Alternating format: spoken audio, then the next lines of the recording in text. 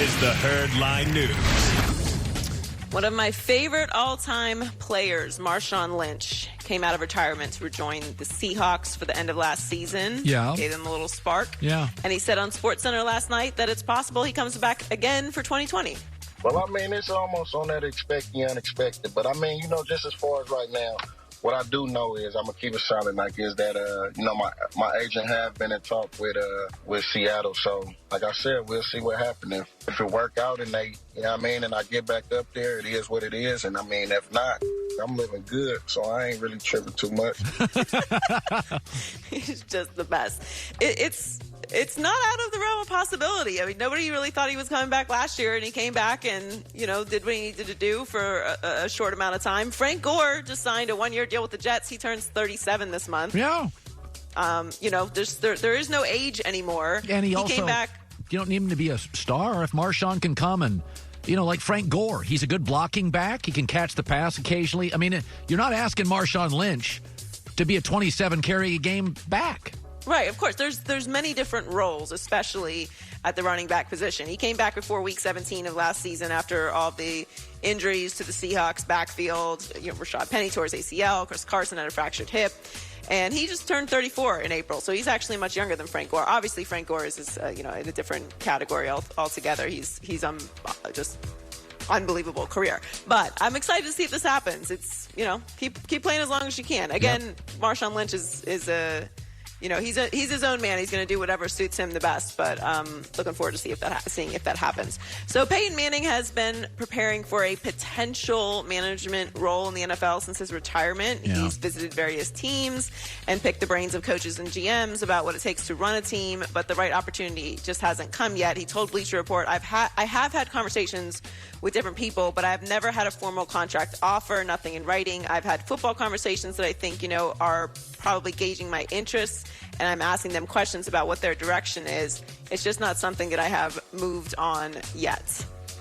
I don't even know does he have to work? I'm sure he doesn't have to work, but just because he has the funds to not work doesn't mean he doesn't want to not have work to do for the rest of his life. He's still, a young man as far as, the workforce goes. But, you want to have something to channel your passion and competitiveness and energy into.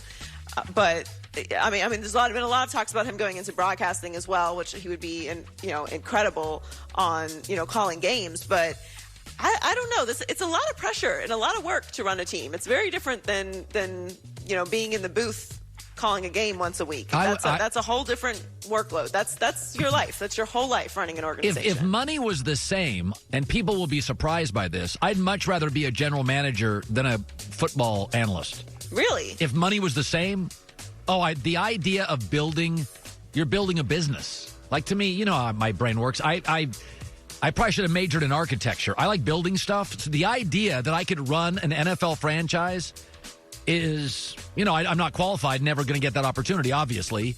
But I think I have the best job in America. I really do. I talk sports. And I can literally go home and watch games, and that's what I get paid for. I think the second best job in America is an NFL general manager. An NFL GM is so much work. Well, you know what? It's everything. I mean, I'm not saying it's not an amazing job and very rewarding, but it is not like your phone is on 24/7. You have to answer to the owner. You have to answer to fans. You have to answer to season ticket holders. You have to deal with players. You have to put together plans with coaches. You have to stay on the same page with coaches. You have an entire organization to run. That's so much responsibility. I don't think I'd be great dealing with fans. But I would deal well with coaches. You're going to earn your paycheck as a GM What? You don't think I'm earning my paycheck right here? I'm not saying you don't earn your paycheck. You certainly do. I'm just saying you're going to work the extra hours if you are an NFL GM, which is that's a big commitment, which is why Peyton Manning's taking his time to decide, where he wants to end up doing that if he does decide to do that. So the Bears are planning to have an open competition between Mitchell Trubisky and Nick Foles to be the team starter this year. But now that the Bears have moved further away from Trubisky by declining his fifth-year option, Foles is a big favorite to get to the nod. According to Fox Bets, Foles is at minus 133 to be the starter in 2020, and Trubisky is at plus 235. So Foles is looking like he's going to be the starter, which is, Yeah. I mean, Yeah. that's what we are. That's certainly what I'm expecting. I don't know what necessarily to make of Nick Foles. I'm probably higher on him than most people, but I feel like we know what both of these guys are, right? So if Nick Foles is what he is and Trubisky has reached his ceiling, I would rather go with Nick Foles in this situation. Again, having a quarterback competition to me is that means you don't really have any faith in either one of these guys, if that's the case. I very much believe in saying this guy is a starter. Even if it can change later on in the season, at least you have designated a clear leader. The team knows who they're supposed to be following, who they're supposed to be getting their direction from, as opposed to, well, the rest of us are just going to get ready for the season, and then they'll figure out and let us know who our guy is. I don't like that mentality going into a season. Fair enough. I get it. Joy with the news. Well, that's the news. And thanks for stopping by. The Herd Lie News. So Thursday, the NFL releases its schedule, 8 p.m. Eastern. So we already know who everybody plays. You can Google your favorite team. The teams are there. You know where they play them, home or away. So it's all there. You just don't know the order of it. The order matters. I think one of the things that really unraveled Baker Mayfield was in year two was the beginning of the season. He faced so many elite defensive coordinators or defenses that it just unraveled the entire season. He lost confidence. People lost confidence in him. And they just couldn't get going. The placement of when you play games matters. I'll give you two teams. Cincinnati's very interesting. There's already enormous pressure on Joe Burrow to start immediately. No OTAs, probably a shortened camp. Start. In a great division with the worst roster in the division. That's not debatable. That's a lot of pressure. But if you look at the Bengals' opponents, they face similar teams. They face the Jaguars, who are tanking, the Giants, who are rebuilding, Washington's rebuilding, Miami's rebuilding, Houston's had a noisy offseason. If they could play those teams earlier, September, early October, big advantage for Joe Burrow. What you don't want is that game at Baltimore, Philadelphia, at Pittsburgh. I don't even think you want to play Cleveland early. Or Tennessee. Last year, Cincinnati couldn't stop the run. Tennessee early.